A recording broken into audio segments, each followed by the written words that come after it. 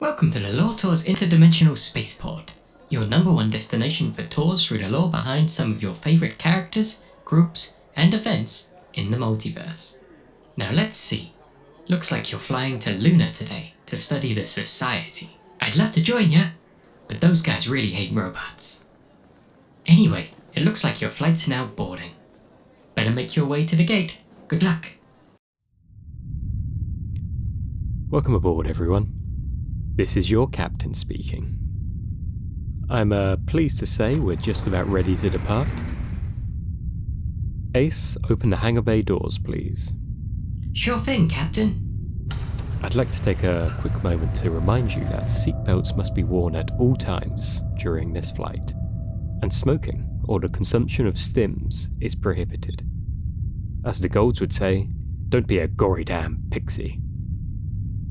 Initiating warp drive in 3, 2, 1. Welcome to Luna, folks. Birthplace of the Society and home to 3 billion people. Let's take a closer look. All men are not equal. That is the founding belief of the Society, an interplanetary government and self-proclaimed guiding star of humanity.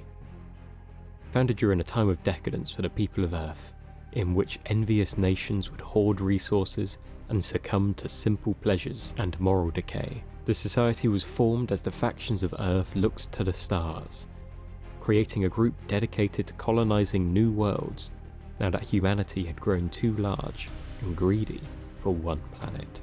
But the task of colonizing new worlds in the hazardous vacuum of space was a dangerous one that required both order and hierarchy. This need for discipline in the chaos of space led the leaders of the Society to create a coloured caste system for its various types of workers.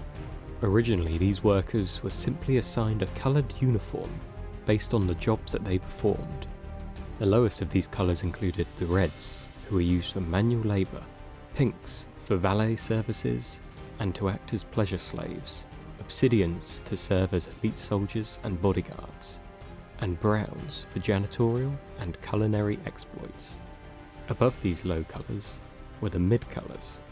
Blues would pilot the ships, yellows would serve as doctors and scientists, the greens would work with technology, whilst violets were the artisans of society. The oranges would work with machines, and the greys would serve as the bulk of the Society's military and police forces. At the top of this hierarchy were the high colours. Coppers were masters of bureaucracy, whites dealt with matters of law and religion, silvers handled the economy, and above all reigned the golds, who served as leaders and explorers. Thanks to this strict colour hierarchy, the Society managed to colonise Earth's moon, naming it Luna and making it the capital of the Society's operations to colonise the rest of the solar system. Due to Luna's low gravity making it a suitable dockyard to launch ships, the Society grew in power and influence to a point where the Golds of the Society, tired of heavy taxation from the corporations and nations of Earth that claimed ownership over the Society, declared war on Earth. The bloody conflicts that would ensue would become known as the Conquering, and would see the deaths of 110 million people. The true horrors of war would not be experienced until after its conclusion, however, when a now victorious Society enacted a bloodless genocide by dropping Solacene into Earth's troposphere, neutering the population. The Society then set about further separating themselves from the soon-to-be extinct natural-born humans of Earth. They did this by enforcing genetic engineering across all colour castes within the Society. Each individual within the Society would be given hair and eyes matching their associated colour caste. They would also receive further editing to their genetic structure that would allow them to better perform their tasks. Reds were made small and squat to serve in planetary mines. Blues were bred with digitats that allowed them to sync with ships, and the golds engineered themselves to be taller, stronger, and smarter than all the other colours. This was done to cement their place at the top of the society's hierarchy, whilst the organisation was transformed into a brutal oligarchy. Positions of power, such as imperators of fleet and seats within the society's senate, went to golds from powerful familial houses, such as House Bellona and Grimace. No matter their position, however, all within the society were expected to show loyalty to the sovereign, a title held by descendants of Silenius Aulun, leader of the society during the Conquering. The sovereign's expanding spacefaring empire was defended by the society's fleets among the stars, with a majority of the fleets controlled directly by the heads of the society's most notable houses. These fleets would later see action when the Moon Lords of the Rim, based out of their moons orbiting the planets beyond the asteroid belt, rebelled against the society. This war for independence would become known as the First Moon Lord Rebellion, and it came to a horrific end when the new sovereign, Octavia Aulun, ordered the complete nuclear decimation of Rhea, one of Saturn's moons, home to 60 million souls and the capital of the Rim. The burning of Rhea would remain an unforgivable monument to gold pragmatism and cruelty, serving only to broaden the cultural rift between the stoic, honour-bound golds of the Rim and the decadent Machiavellian golds of the core worlds. This cultural rift was almost as vast as the staggering difference in living standards between the high and the low colours of society. Whilst the golds would live on vast estates, filled with artificially created mythological beasts, and party in nightclubs out of their minds on stims, the low colours instead lived a simple, if albeit harsher life. Reds, for example, would toil away underground in the mines of planets, spending what little free time they had with their family, indulging in song and dance. This divide between quality of life for the high and low colours would eventually be one of the catalysts for the society's downfall, in an event that would come to be known as the Rising. This downfall began when a young red miner by the name of Darrow was recruited by a resistance organisation known as the Sons of Ares. The Sons had Darrow go through an excruciatingly painful process known as carving.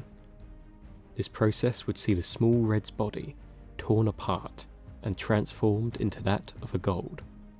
Darrow, now masquerading as a gold, would enter and win the Society's Institute, a school for the elite of gold society that brutally tests its students physically, mentally, and emotionally.